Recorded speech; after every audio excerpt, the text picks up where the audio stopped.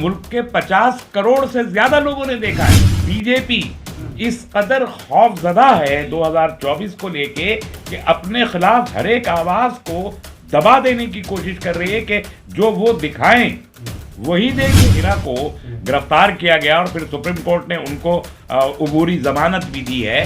राठौर के साथ में समाज खड़ा हो गया, पॉलिटिकल पार्टीज भी खड़ी हो गई।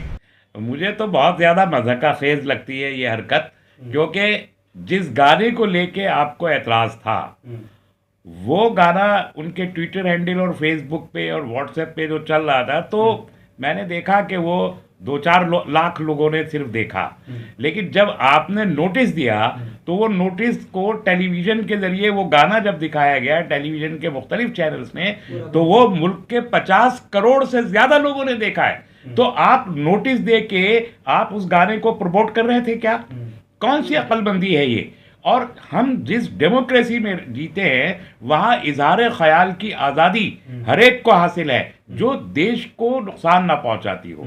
ऐसा इजहार ख्याल जो देश की संघ प्रमुखता और जो हमारा जिसे कहते हैं मुल्क की सालमियत और अखंडता को नुकसान ना पहुंचाता हो, ऐसा इजहार ख्याल के लिए आज़ादी है। और इस गाने में ऐसी कोई चीज़ नहीं थी। इसके बाद भी पुलिस ने नोटिस 7 सवालों का दे दिया। इसका मतलब कि आप इस कदर खौफजदा है, सत्ता पक्ष, हुक्मरान जमात बीजेपी इस कदर खौफजदा है 2024 को लेके कि अपने खिलाफ हर एक आवाज को दबा देने की कोशिश कर रही है कि जो वो दिखाएं वही देखें, जो वो सुनाएं वही सुने। देश के 140 करोड़ लोगों के कानों तक और दिमागों तक कोई ऐसी बात ना जाए जो हुक्मरान टोले के खिलाफ हो। ये एक कोशिश की उत्तर प्रदेश में, और वही एक कोशिश की आज असम की पुलिस ने, और एक होड़ लगी हुई है। मैं तो आज कांग्रेस के जो तर्जुमान पवन खेरा को गिरफ्तार किया गया और फिर सुप्रीम कोर्ट ने उनको अबूरी जमानत भी दी है, और कल उनका सालाना अधिवेशन है रायपुर में। वहां पर ईडी की रेड्स चल रही हैं कई घंटों से, जो है कई दो दिन से वहां ईडी मुस्तकिल बैठी हुई है उस स्टेट में। तो ये सब मुझे लगा कि हेमंत बिस्वा शर्मा जो असम के चीफ मिनिस्टर हैं, ये तो पहले कांग्रेस ही थे। एक लंबा कैरियर हेमंत बिस्वा शर्मा का कांग्रेस के साथ रहा है, तो जाहिर है पवन खेरा के दोस्त रहे होंगे ना उस जमाने में। तो पवन खेरा भी चीफ मिनिस्टर या दिल्ली के चीफ मिनिस्टर के ओएसडी थे उस वक्त में, तो अच्छे दोस्त रहे होंगे। बहुत दिन से शायद मुलाकात नहीं हुई, इस बहाने शायद मुलाकात के लिए हेमंत बिस्वा शर्मा बुलाना चाहते थे शायद पवन खेरा को, मेहमान नवाजी के लिए। तो ये बड़ी अजीबोगरीब बात है। तो ये कहीं ना कहीं अभी तो हम लोग भी इस पे गौर कर रहे हैं कि आखिर इस किस्म की चीज़ों पे सरकारें अगर कोई कॉग्निजेंस ले रही हैं तो क्या ये उनकी कोई स्ट्रेटेजी है, या वो वाकई में डरे हुए हैं और फ्रस्ट्रेटेड है? ये आउट ऑफ फ्रस्ट्रेशन है, आउट ऑफ फियर है, या आउट ऑफ स्ट्रेटेजी एक पॉलिटिकल गिमिक्री है? क्या है ये सवाल है जिस पे देश के तमाम लोग सोच रहे हैं कि आप इस तरीके से जबानें तो बंद नहीं कर पाएंगे।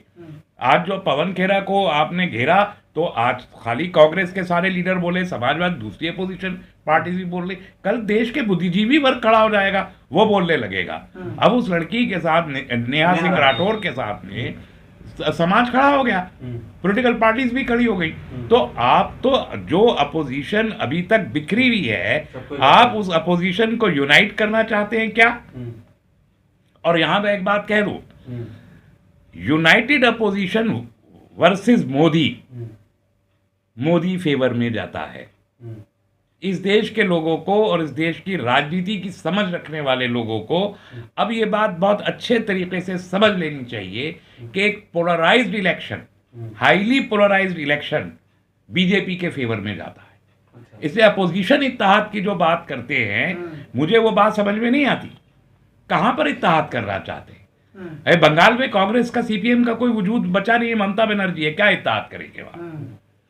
बिहार में ऑलरेडी एक बना हुआ है इत्तेहाद, मजीद क्या इत्तेहाद करेंगे? यूपी में कुछ टिकलिश है सिचुएशन, वहां बात करेंगे कुछ हो जाएगा, लेकिन राजस्थान में किससे क्या इत्तेहाद करेंगे? गुजरात में क्या इत्तेहाद की जरूरत है? केरल में इत्तेहाद की क्या जरूरत है? तमिलनाडु में इत्तेहाद की क्या जरूरत है? महाराष्ट्र में इत्तेहाद की क्या जरूरत है? कोई जरूरत नहीं। काहे को? जो ये कंसेप्ट आप दे रहे हैं पोलराइजेशन का, ये पोलराइजेशन बीजेपी के हक में जाता है।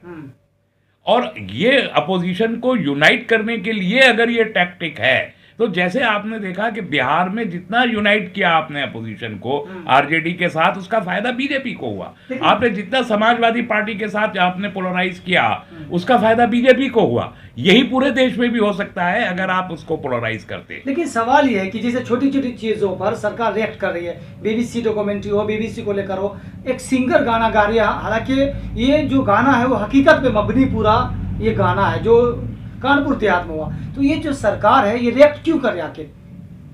मैंने कहा था, मैंने यही कहा कि या तो ये स्ट्रेटेजी है कि अपोजिशन जो है जिद होकर यूनाइट हो जाए, यूनाइट होने लगे, या तो ये स्ट्रेटेजी है, या सरकार खुद डरी हुई है और स्ट्रेटेजिकली रॉन्ग स्टेप्स ले रही है। जिसे अभी कर्नाटक के एक लीडर ने कहा कि विनाश काले विपरीत बुद्धि, या तो वो है या फिर ये अपोजिशन को एक आर्टिफिशियल इत्तेहाद देने के लिए एक गिमिक्री है। इनमें से कोई एक चीज लगती है।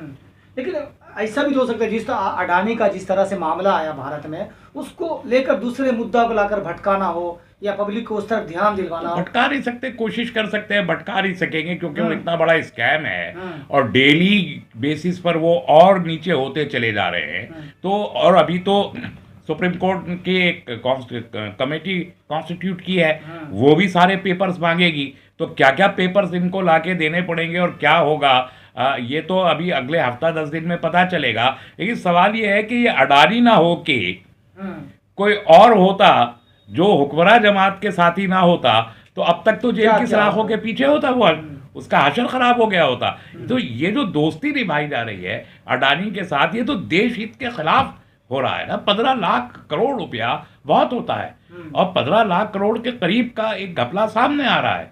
तो ऐसे में आप अडानी का नाम पार्लियामेंट्री रिकॉर्ड में भी देखना नहीं चाहते, टेलीविजन पे डिबेट उसको लेके आप करवाना नहीं चाहते। जो असल मुजरिमीन है उनकी पुष्पनाही आप कर रहे हैं। और उसके बाद आप पवन खेरा की ने एक बात जो कही, भले ही वो गलत बात कही उन्होंने, मैं नहीं समझता कि राजनीति में कभी भी हो, पहले हो या अब हो, राजनीति में पर्सनल अटैक किसी पे नहीं करने चाहिए। ये बिल्कुल गलत बात है। ये अपनी कमजोरी की दलील है कि अगर हम किसी के ऊपर कोई भी हो उस पर पर्सनल अटैक करें, तो वो तो करने ही नहीं चाहिए। मोदी जी पे भी नहीं करने चाहिए, पार्टी पे कीजिए, पार्टी की स्ट्रेटेजीज पे कीजिए, कुछ भी कीजिए।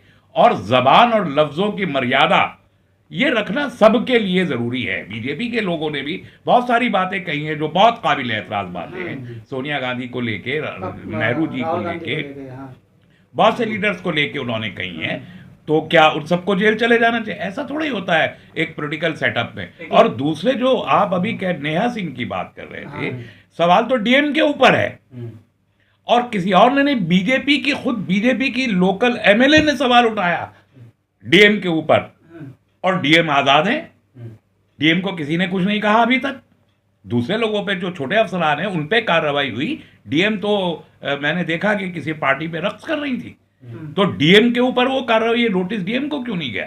तो सरकार से जो सवाल है, सत्ता से सवाल, ये तो भारी नहीं पड़ गया? सत्ता पक्ष के लोग खुद कर रहे हैं अपनी सत्ता से सवाल। भारी तो ये है, वो तो बीजेपी के एमएलए हैं वहां, लोकल एमएलए कानपुर देहात की, उन्होंने सवाल किया है अपनी ही पार्टी के लोगों से। उनके सवालों का जवाब तो दे देना चाहिए था। तो ये जो बीजेपी जिस तरीके से रिएक्ट कर रही है और बिहेव कर रही है, उससे ये लग रहा है कि कहीं ना कहीं एक कमजोरी है, अंदर कोई फ्रस्ट्रेशन है। और स्टैटिस्टिक्स और हालात ये सब बता रहे हैं कि चिराग शहर है जो बुझना चाहता है। एक लास्ट सवाल सर, जैसे आपने चिराग को लेकर ये बात कही कि क्या अडानी के ढलान का असर 2024 के चुनाव में देखने को मिलेगा? मुझे तो लगता है यकीनन मिलेगा, इसलिए कि बीजेपी चाहे जितना इसको छुपाना चाहे, अपोजिशन तो नहीं छुपाएगा ना। अपोजिशन तो बोलेगा, और अपोजिशन के बोलने के अलावा इसका जो इकोनॉमी पे जो इम्पैक्ट होना है वो जब ग्रास रूट लेवल पर आएगा तो सबको महसूस होगा। अभी महसूस हो रहा है कि जो लोग ट्रेडिंग किया करते हैं डीमेट अकाउंट के जरिए, और छोटे छोटे इन्वेस्टर है, 1-1.5 लाख रुपए उन्होंने शेयर मार्केट में लगा रखा है, उनको पिछले एक हफ्ते में 50, जिसका 1 लाख रुपए उसका 50-60 हज़ार रुपए डूब गया। तो उसको तो महसूस हो रहा है। लाखों लोगों ने इस तरीके से डीमेट अकाउंट में शेयरिंग में पैसा लगा रखा है, और उनकी जो वर्थ है, जो 1 लाख रुपए जिससे, वो तो अब 40,000 रह गई। तो उसको तो पता चल रहा है ना। तो ये और ज्यादा इनकलकेट करेगा द टाइम्स टू कम, आने वाले वक्तों में। तब फिर आवाम को भी एहसास होगा कि ये क्या हो गया। तो बीजेपी बोले ना बोले, चाहे जितना उनको प्रमोट करे, मीडिया अडानी का ही है, वो भी चाहे जितना उनको मासूम बना के और देशभक्त बना के तिरंगे में लपेट के उनको पेश करे, लेकिन आवाम को तो महसूस होगा, और बीजेपी और अपोजिशन खामोश नहीं रहेगा। Thank you sir. शुक्रिया।